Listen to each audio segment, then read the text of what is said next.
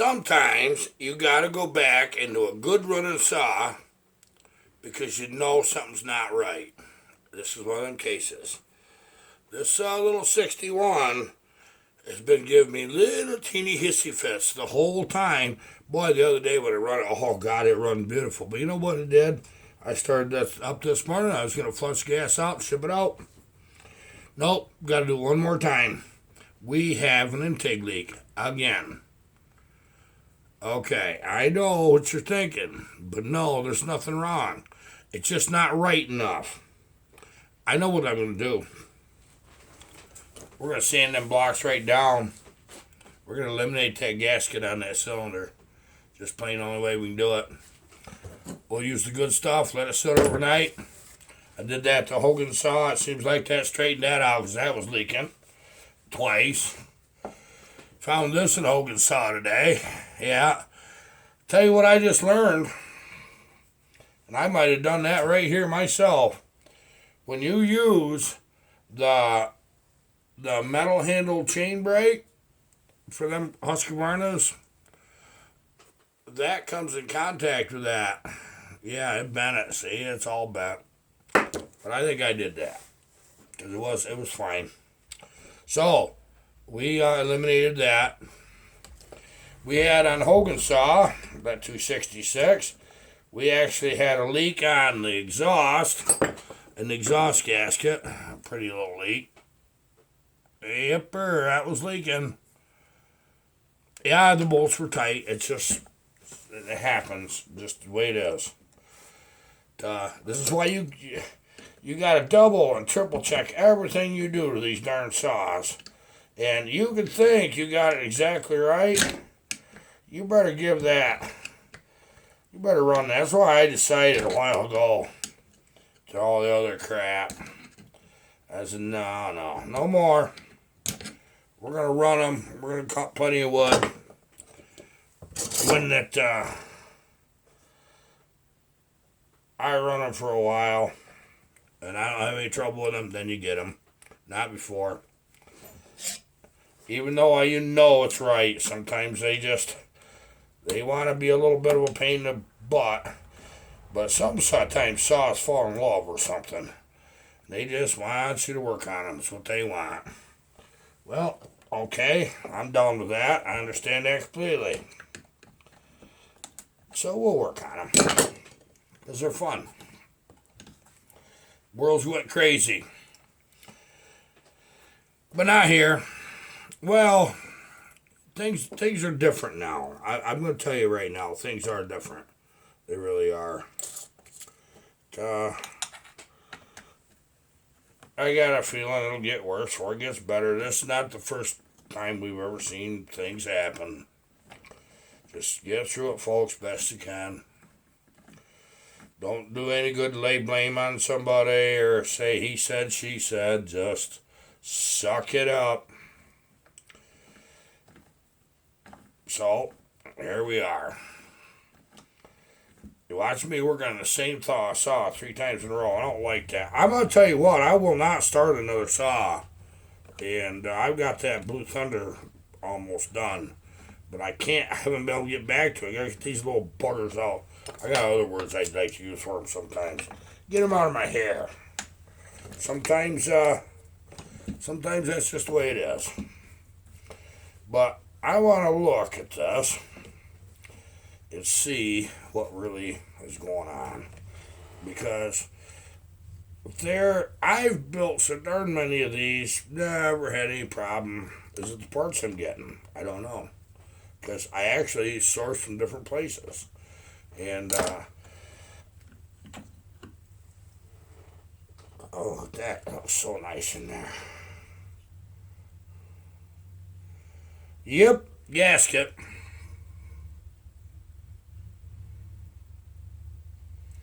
Yep. Junk. That's what it is. Okay. Well, I know what we're going to do about that. I know I've been into the carburetor, but it's a good time to go in there and double check again. This is a nice running saw. I really do like this one a lot. That's funny because I was running that, and that run just as good as anything you ever would want. But this is what happens on some jobs, isn't it? Boy, that thing that block's right. It's gaskets. I'm telling you, we're having trouble. Nothing but these are different gaskets. Yeah, I had a couple of them, and I'm just not going to use them. I'm just not going. I don't have to. You don't have to. If you use the motorcycle assembly silicone, this is what I use on saws. Get it at your motorcycle shop, and you do that all the way around that printed area there where it's raised. But you're gonna want to sand that on a flat surface. I mean flat, like a piece of glass or something, and put equal pressure. And you'll. This isn't. We used to do that to saws all the time. Once some saws started acting up, some of them were known for having gasket problems. So that's what the solution was. And yeah, just rub back into. I happen to know that this end of this table was real flat in one spot. We checked it. And I also happen to know it takes a heck of a lot of sanding too.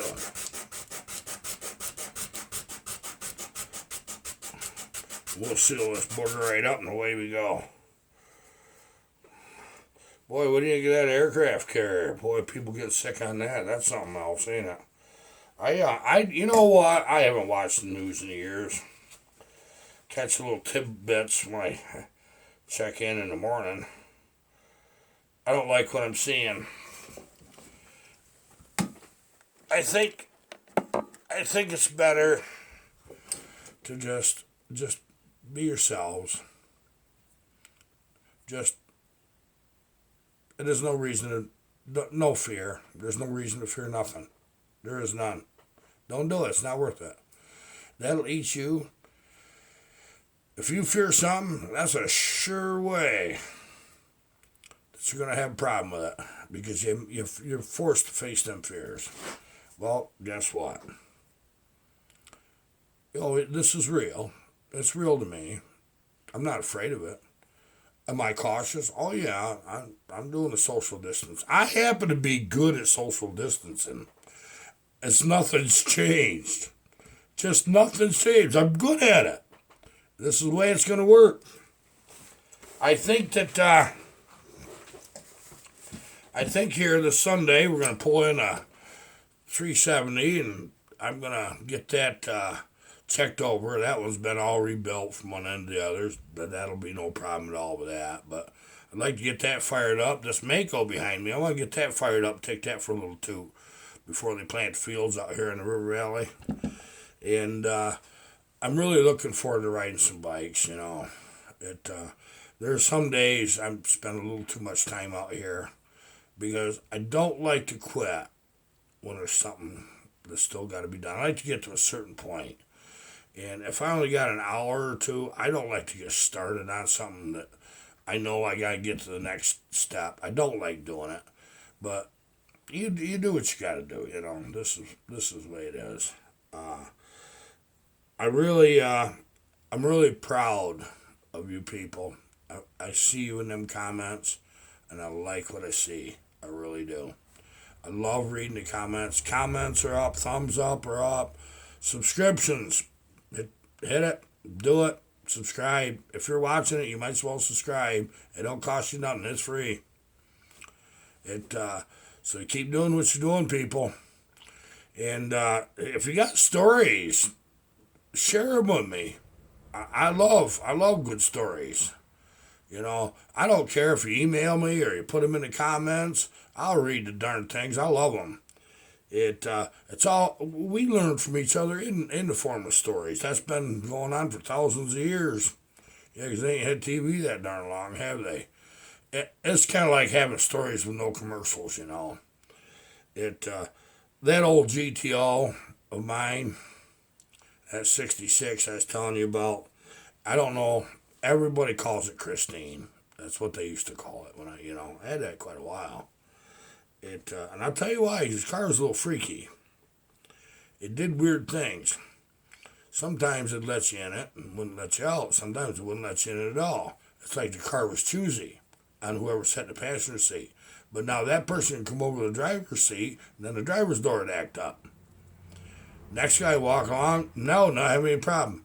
I don't know how many times I've had somebody in the passenger seat and they couldn't get the door open. I reach over and say, Christine, and boom, door comes open. But some cars have a soul. I swear they do. If it ain't, it's something like it for a car. Because the one time when I was in the service still, when I was driving the car, that old thing, and I was a pretty good running car when I got done. When I got it, that 389, that wasn't much. That was a good motor, but it sure wasn't the legend I thought they were. So anyway, we're at this red light. It's 4 lanes both ways, but there's no medium. It's in a town. 45 mile an hour speed limit. Yeah, that car's sitting there and everything's working just fine.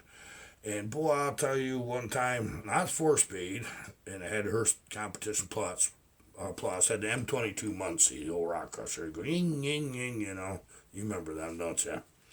And there was one time this frickin' feller I knew was building a 69 Camaro or 427. Well, he got the darn thing running, and it was a beautiful, beautiful car. He built a beautiful, it was an SS RS. Remember them?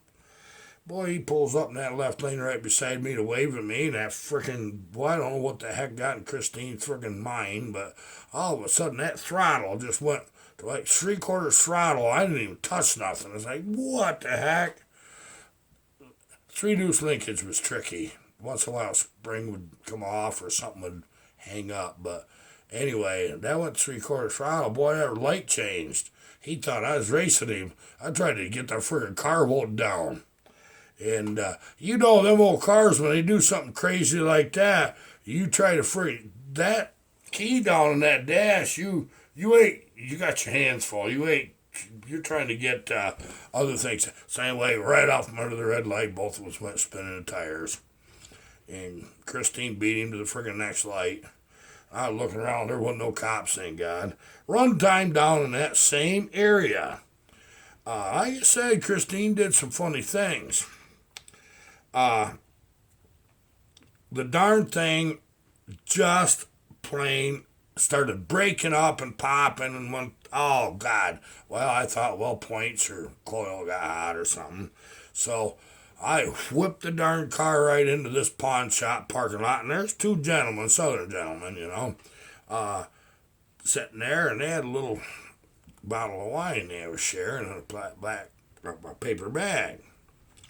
Well, I says, oh my God. Well, I pulled up and it kind of bounced off the curb there, and cheekers, creepers. And I was in uniform. I was wearing combat boots. I was wearing Cochrane's jump boots. You guys remember them? It was in the service. I don't know if they still have them or not. I don't think so. Anyway, I got mad. I says, Christine, you old bitch. And I kicked that front bumper. That car goes, I left the key on. He goes, whoom. That one fellow looked at the other. He says, man, he says, you see what happened? Yeah. He says, the other one says, you see heard what he called that car? Yeah. Boy, they started beating feet. Boom. They didn't like that. Well, the owner of Spawn Shop, I happen to know him pretty good, and he says, God, come in a little hot there, didn't you, Harv? I told him what was going on. Yep. He said, check your starter wires. He says, you might have a little problem there. I said, well, I'm going to do it when I get home. Well, I got in the car, and I was doing it right there, right now. And he was right. Right on the header. You got a little wire and a big wire on them old Chevys, And the little wire goes against the block on the starter, and the big wire, goes on a big post. Well, if you short between them, that thing will start. It'll roll over. So, because I left the key on, them wires were shorted. When I kicked that bumper, that made that engage that starter. when the motor rocked, it disengaged the starter. So that was, boy, it's a good thing I didn't leave it in gear, wasn't it? Yeah, crazy, huh? Well, I knew it was just slightly downhill, and I just set the e-brake, because the e-brake worked good in that car. And it's the way it happened. So anyway, I called a buddy of mine. He came over with his pickup truck. He had some tools. We took that starter out over there, sure as all get out. Them wires was burnt, being close to that header. And so we went down to the parts store, and we got what we needed, and we got the darn thing home. Took it back off. Had to take a heat shield off another car and put on that. Had to make it fit. That was back when you made everything fit. It especially when you're doing things you probably shouldn't in the first place. Remember that? But yeah, that old car was a lot of fun. You know, in Georgia, I got a pretty stiff speeding ticket with that. But I had a little bit of an out being in the military, so they didn't be too mean to me. But yeah, I was late for duty, so what was going on, and because man, they'd been pounding us. And medics get more overtime than anybody else for some reason when there's a lot going on. And they were short-handed medics. I was covering quite a few different units at the same time. You know, because your medics get loaned out just like other MOSs. You get loaned out. If somebody's reduced strength, rapid deployment anyway. If you're reduced strength, you pick the numbers up by borrowing. And you're borrowing people. And I got to tell you, General Schwarzkopf, one to run the first Gulf War here, he was my post commander at the time, Fort Stewart. And I was riding with him in a Jeep one time to get out to one of the field areas because they were going to have some artillery stuff. I had to get to one of the ranges. So I'm riding along with him. Now, I'm sitting in the back seat and he got a driver, you know. And we get going out through this tank trail and we get stuck. Yeah, mud. Well, this was one of those deals that if you... during these little combat exercises, they use the Miles gear. You know, it's little laser hits your little targets and you get shot. You got the graders, the civilian graders, most of them have to tell you, well, you're out for 4 hours and then you got to go back to another unit and all that stuff. Well, Schwarzkopf just happened to look up on the bank. General Schwarzkopf did, and there's 4 people standing there. 4 soldiers. Hey, boys, he says, come help us out. He says, we're stuck. And they looked at each other like, you don't want to tell them no. But then this grader came up. He had the flag in his hand. He says, hey, no. He says, they got 3 hours. They're out still. And they got to just be picked up and, go back into another unit. They can't help you. All right. He looked back at me. He says, Doc, he said, I think we can get out of this. I didn't say anything. I just wanted to see. This is a man that thought on his feet big time. He says, seeing as how they're dead, he says, and I'm a general. He said, why don't you grab them 4 bodies up there and throw them under our tires so we can get out? Well, what would you do? Yeah, that would work. So I walk up over that big, oh my God, oh, and the grader, wait a minute, so he gets on his radio. He calls somebody about 5 minutes later, hey, go ahead, boys. Technically, that would work. You could throw bodies under the tires, and for general, nobody'd say, push him out. So he got pushed out. So that worked. And I really liked General Schwarzkopf a lot. I did. He was a good person. He really was. He gave a lot of major inspiring speeches, you know. And he wouldn't hold you on the parade grounds any longer than he had to. He'd cut you right loose quick. Boy, I tell you what, do your job. Just do your job. That's all you had to do around him. Do your job. And he didn't like lieutenants and stuff that buttered up to him. He didn't go for no butter job. And he'd find work for him. extra details. Yeah. You know how it is. Those of you who've been in the military, once in a while you get a good commanding officer, you just want to keep him. We had a lieutenant. He was a first lieutenant. He came up through the ranks, so he knew what it was like to be enlisted. And I'll tell you what, I can't remember his name anymore, but I'll never forget him. He was really sharp.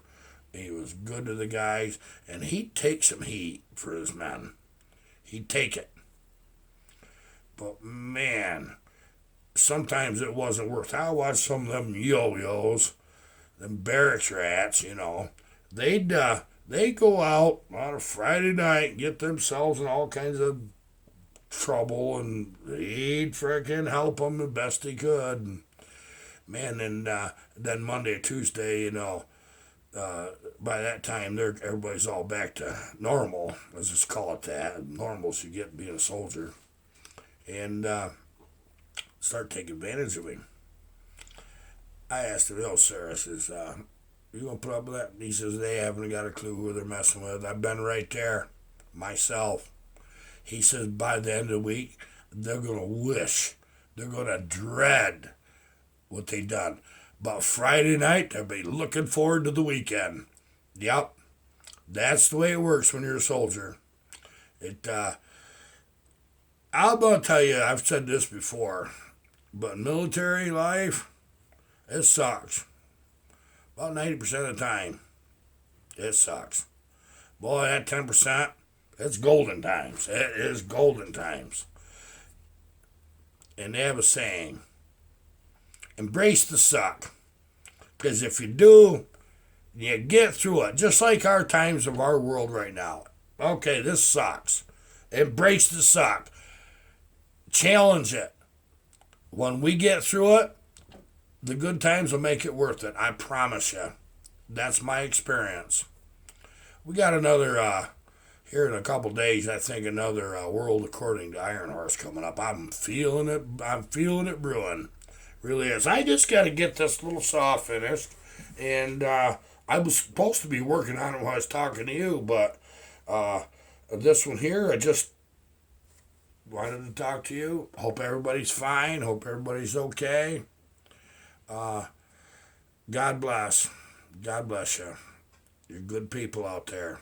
I don't know about bucket stock. We'll see how this thing rolls out. I'm kind of hoping it's done with so we can have it. I'm really interested in seeing you guys. But if it don't, I know something good will happen somewhere. Okay, you take it easy, friends. Goodbye.